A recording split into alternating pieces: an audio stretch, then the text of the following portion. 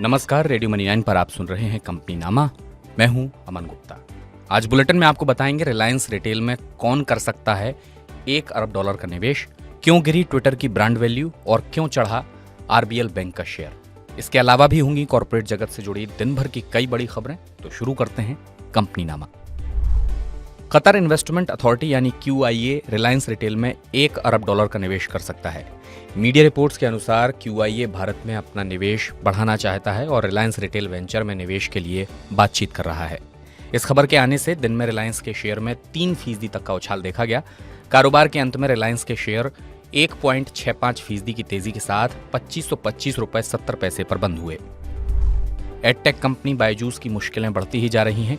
Company के बड़े निवेशक प्रोसेस के कॉर्पोरेट गवर्नेंस को लेकर सवाल उठाने के बाद अब एक और निवेशक पीक एक्सवी ने भी कंपनी में कॉर्पोरेट गवर्नेंस को लेकर सवाल उठाए हैं। इसके पहले मंगलवार को प्रोसेस ने कहा था कि बायजूस ने उनकी सलाह को लगातार नजरअंदाज किया है। इस बीच बायजूस ने कहा है कि उनके कर्मचारियों के पीएफ के सभी बकाया जमा कर दिए गए हैं और अब कुछ भी पेंडिंग नहीं है।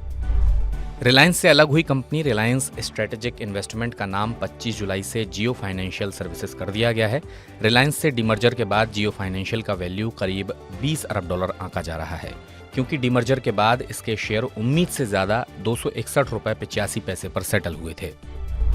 एयरलाइंस कंपनियों के जहाजों को इंजन सप्लाई करने वाली कंपनी प्रैट एंड विटनी यानी P&W के GTF इंजन को लेकर मुश्किलें बढ़ गई हैं।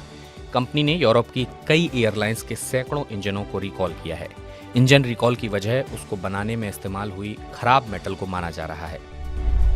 एलन मस्क ने माइक्रो ब्लॉगिंग साइट ट्विटर का नाम बदलकर X कर दिया है।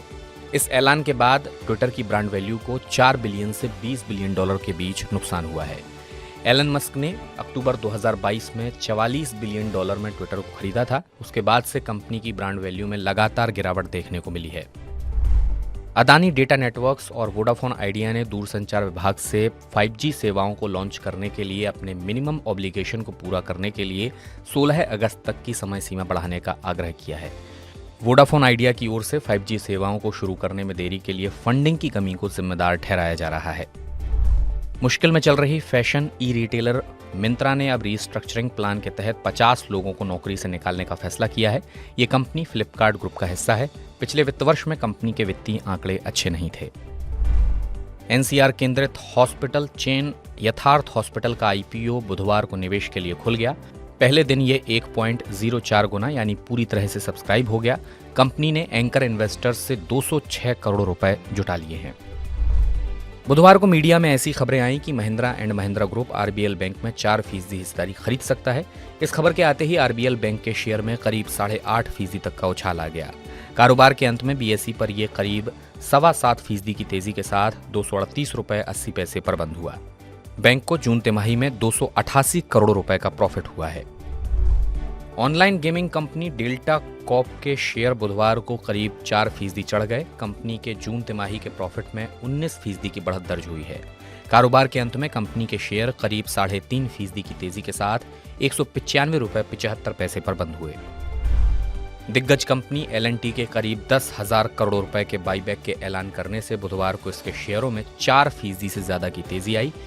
कारोबार के दौरान L&T का शेयर 4.21% की तेजी के साथ ₹2,670 पर पहुंच गया।